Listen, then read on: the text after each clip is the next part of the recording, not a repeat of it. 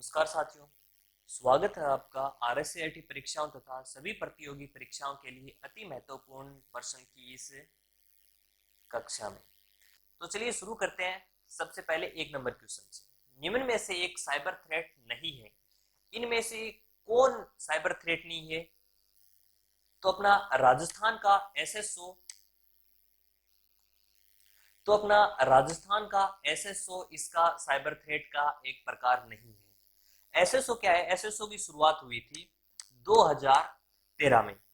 यह एक नागरिकता पोर्टल है जिसके जरिए हम राजस्थान सरकार की बहुत सी सेवाओं का लाभ उठा सकते हैं। लेकिन जो ये तीन है, मेलवेयर, फिशिंग और डिनाइल ऑफ सर्विसेज, ये साइबर थ्रेट के एक प्रकार है। तो सबसे पहले अपन बात करें मेलवेयर। मेलवेयर क्या होता है? मेलवेयर का काम क्या करता है? जब भी अपने कंप्यूटर में अगर घुस जाए तो मेलवेयर क्या कार्य कर सकता है? अपने जो कंप्यूटर में डेटा है उनकी चोरी कर सकता है तथा उनको नष्ट भी कर सकता है। देखिए, अगर अपन बात करें तो घुसता कैसे? जब भी अपने कंप्यूटर के अंदर कोई मेल आती है, मेल में उस अटैचमेंट के साथ आ सकता है, या फिर अपन कुछ सॉफ्टवेयर वगैरह डाउनलोड करते हैं उनके जरिए भी आ सकता है। देखिए, अपने जो मेलवेयर है, मेलवेयर के तीन प्रकार होते हैं। मेलवेयर कौन सा चलिए देखते हैं।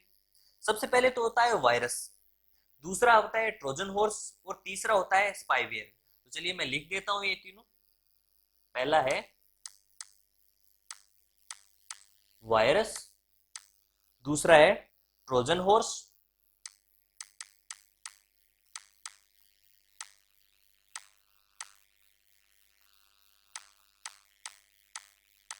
और तीसरा है स्पाईवेयर।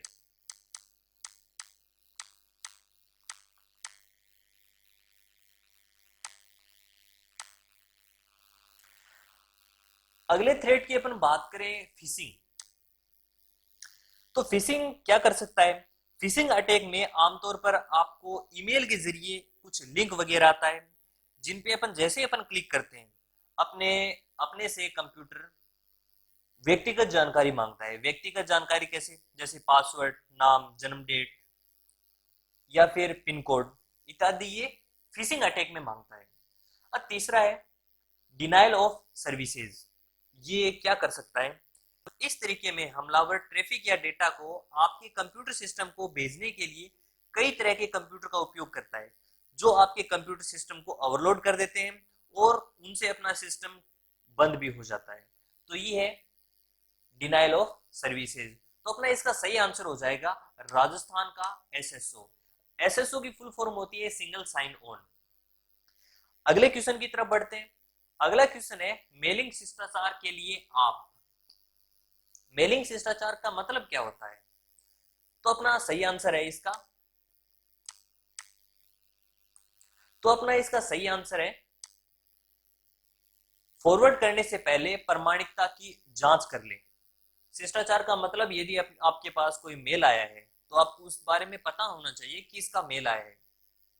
उसकी जांच कर लें कि अगर ये मेल आया है, इसको आप जेन्युइन है या फिर कोई थ्रेट है।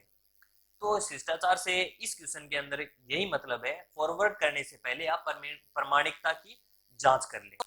चलिए अगले क्वेश्चन की तरफ बढ़ते हैं। अगला क्वेश्चन है feature Microsoft power point slide की बैकग्राउंड सेट करने के काम आता है। क्या काम आता है?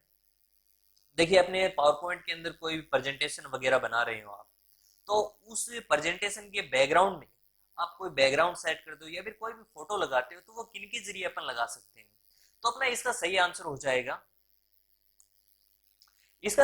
हो जाएगा ग्रेडियंट फिल। अब देखिए, हाइपरलिंक है। हाइपरलिंक क्या काम में आता है? जब भी ये काम में आता है माइक्रोसॉफ्ट वर्ड में।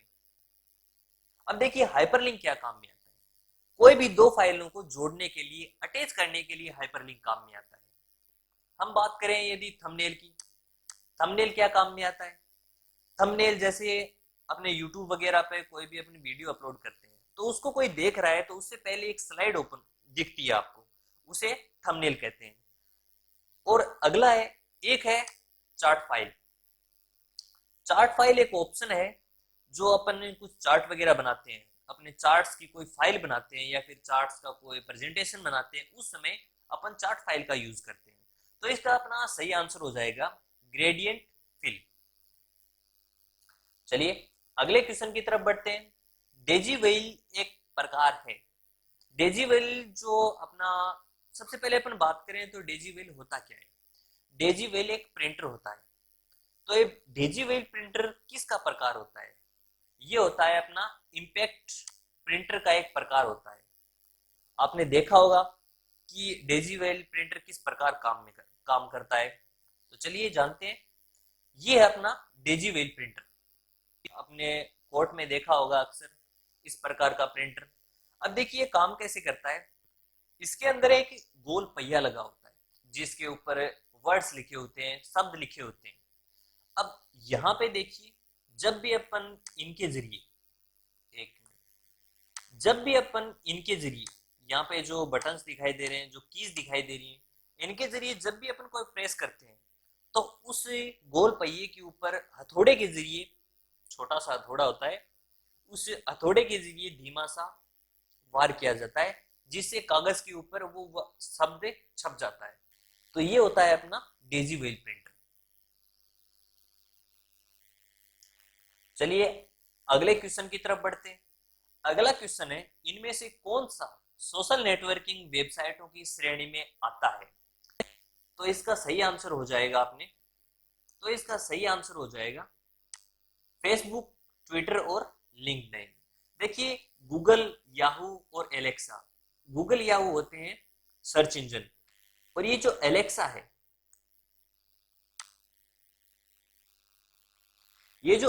है, अमेज़न का डिजिटल वॉइस असिस्टेंट होता है।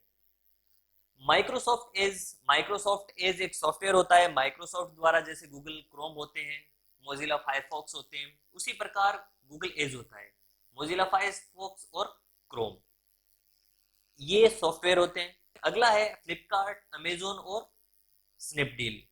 ये तीनों होते हैं अपने कॉमर्शियल साइट्स जिनके जरिए अपन ऑनलाइन कुछ भी सामान खरीद सकते हैं। तो अपना इसका सही आंसर हो जाएगा फेसबुक, ट्विटर और लिंक्डइन। लिंक्डइन क्या काम में आता है? अपने जैसे कॉमर्शियल जो एजुकेशन वगैरह है, या फिर कई लोग अपना एक्सपीरियंस वगैरह है वो शेयर करने के लिए इसका यूज करते हैं। ठीक है, अगले क्वेश्चन की तरफ बढ़ते हैं। अगला क्वेश्चन है, डैश नए मतदाता का पंजीकरण का आवेदन करने के लिए एक ऑनलाइन पोर्टल है। इनमें से किनके जरिए अपन वोटर आईडी का ऑनलाइन फॉर्म जमा करा सकते हैं? तो इसका सही आंसर हो जाएगा एनवीएसपी। देखिए एनवीएसपी का फुल फॉर्म क्या होता है? National voter service portal. मैं यहाँ पे लिख देता हूं, नेशनल वोटर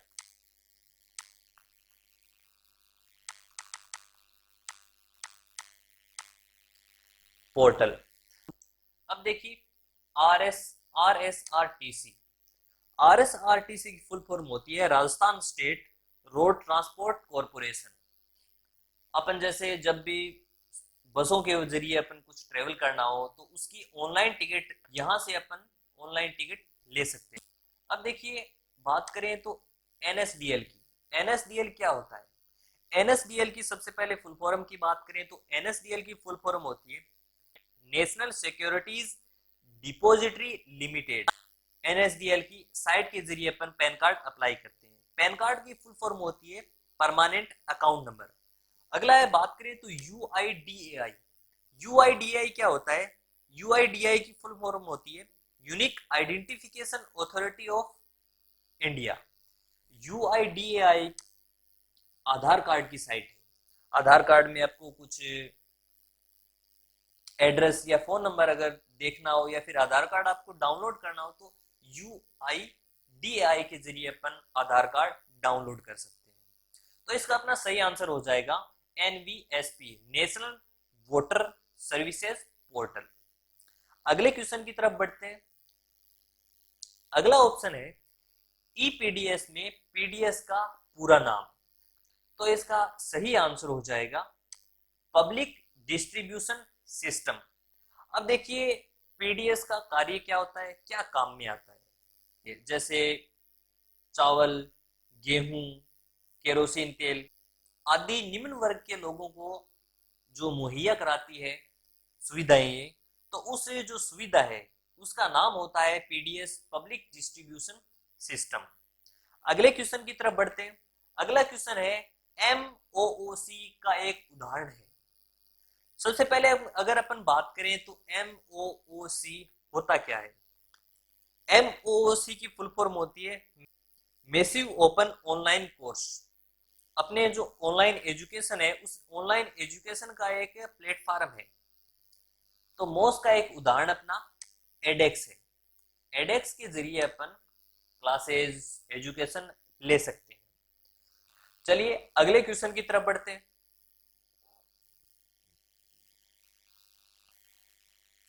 अगला क्वेश्चन है एमएस एक्सेल में यदि किसी सेल में सामग्री बड़ी है और सेल में दिखाई नहीं दे रही है तो वह डैश का उपयोग कर सेल में दिखाई जाने वाली सभी सामग्री को कई लाइनों पर प्रदर्शित करके देख सकते हैं। तो चलिए सबसे पहले अपन बात करें सेल की। तो ये सेल्स होते क्या है। चलिए जैसे अपनी ये एक्सेल की सीट है, जैसे ये अपनी एक्सेल की सीट है,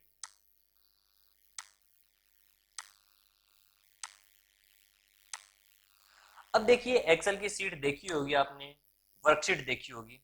एक्सेल के अंदर जो लिखने का जो एरिया होता है उसे वर्कशीट कहते हैं। माइक्रोसॉफ्ट वर्ड के अंदर डॉक्यूमेंट कहते हैं और पावर पॉइंट के अंदर इसको स्लाइड कहा जाता है। तो देखिए ये जो है यहाँ पे ये वाले ये होते हैं कॉलम। और आपने यहाँ पे देखा होगा ए बी सी डी ये लिखे होते हैं, ये होता है अपने कॉलम का एड्रेस। और आपने यहां पे देखा होगा 1 2 3 4 ये होते हैं रो का एड्रेस। रो कौन सी होती है, यहाँ पे इस तरफ जो तिरछी हुई दिखाई जो लाइंस हैं जो बॉक्स हैं इनको रो कहा जाता है। जहां पर रो और कॉलम मिलते हैं, जहां पे एक बॉक्स बनता है, बॉक्स देखिए ये वाला बॉक्स बना हुआ है, ये भी यहाँ पे भी बॉक्स बना हुआ है, इसी प्रकार यहाँ पे भी बॉक्स बने, ये सभी बॉक्सेस हैं। तो इनको सेल कहा जाता है। अब देखिए इन सेल के अंदर कुछ अपने लिख रहे हैं, जैसे अपना ये सेल है तो मैं एक सेल लिख दिया, तो इसके अंदर अपन कुछ नाम लिख लेते हैं, जैसे इंडिया लिखा मैंने। अब देखिए ये जो इंडिया वर्ड है ये बाहर निकल गया, आया नहीं। तो इसको एक सेल में जस्टिफाई करने के लिए, एक सेल में एडजस्ट करने के लिए अपन किस ऑप्शन का यूज करते हैं। तो इनमें से देखते हैं, इनमें से अपन रैप टेक्स्ट का यूज करके,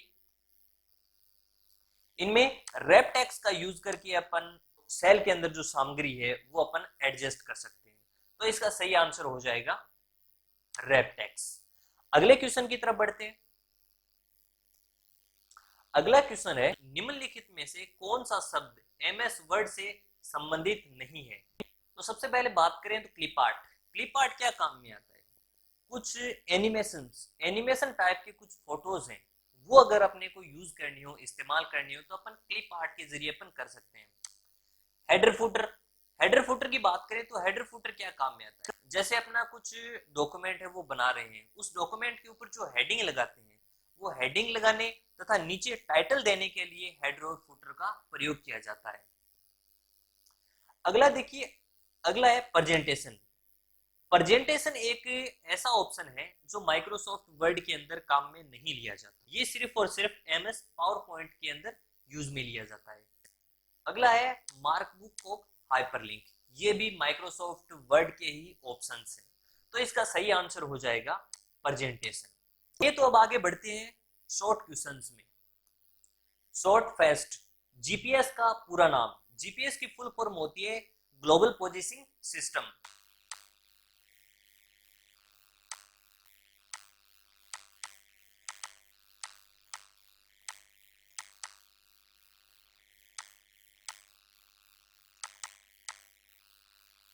अगला है एक टीबी, एक टीबी कितने के बराबर होती है, एक टीबी 1024 जीबी के बराबर होती है। अगर आपसे पूछ ले कि सबसे छोटी इकाई कौन सी होती है, तो देखिए सबसे छोटी इकाई होती है 4 बिट्स। 4 बिट्स में एक निबल होता है, और 8 बिट्स में एक बाइट होती है। 1024 बाइट्स में 1 किलोबाइट मानी केबी होती है।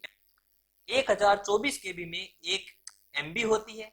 1024 एमबी में एक गीगाबाइट होती है। 1024 जीबी में एक टेराबाइट होती है। 1024 जीबी में एक पेटाबाइट होती है। 1024 पेटाबाइट में एक एक्साबाइट होती है। 1024 ईबी में एक जेटाबाइट होती है। 1024 जीबी में एक योटाबाइट होती है।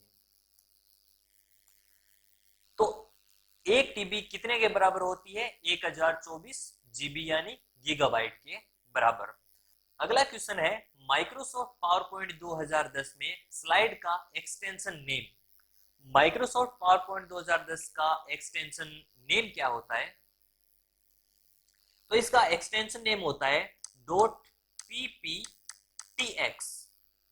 अगर देखिए आपसे पूछ ले कि माइक्रोसॉफ्ट वर्ड का एक्सटेंशन नेम क्या होता है, तो माइक्रोसॉफ्ट वर्ड का एक्सटेंशन होता है .doex।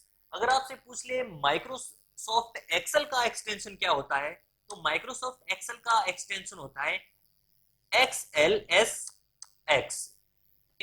अगला क्वेश्चन है एमएस वर्ड में कितने प्रकार की अलाइनमेंट होते हैं? एमएस वर्ड में 4 प्रकार की अलाइनमेंट होते हैं। कंप्यूटर का बुद्धिमत्ता स्तर IQ होता है। कंप्यूटर का बुद्धिमत्ता स्तर होता है 0। कंप्यूटर अपने आप से सोच के कोई भी कार्य नहीं कर सकता। जब भी अपन कीबोर्ड या फिर माउस या फिर वॉइस के जरिए अपन कुछ कमांड देते हैं, तभी अपना कंप्यूटर कार्य करता है। तो साथियों, ये थे कुछ एक इंपॉर्टेंट क्वेश्चंस। आज की कक्षा में इतना ही।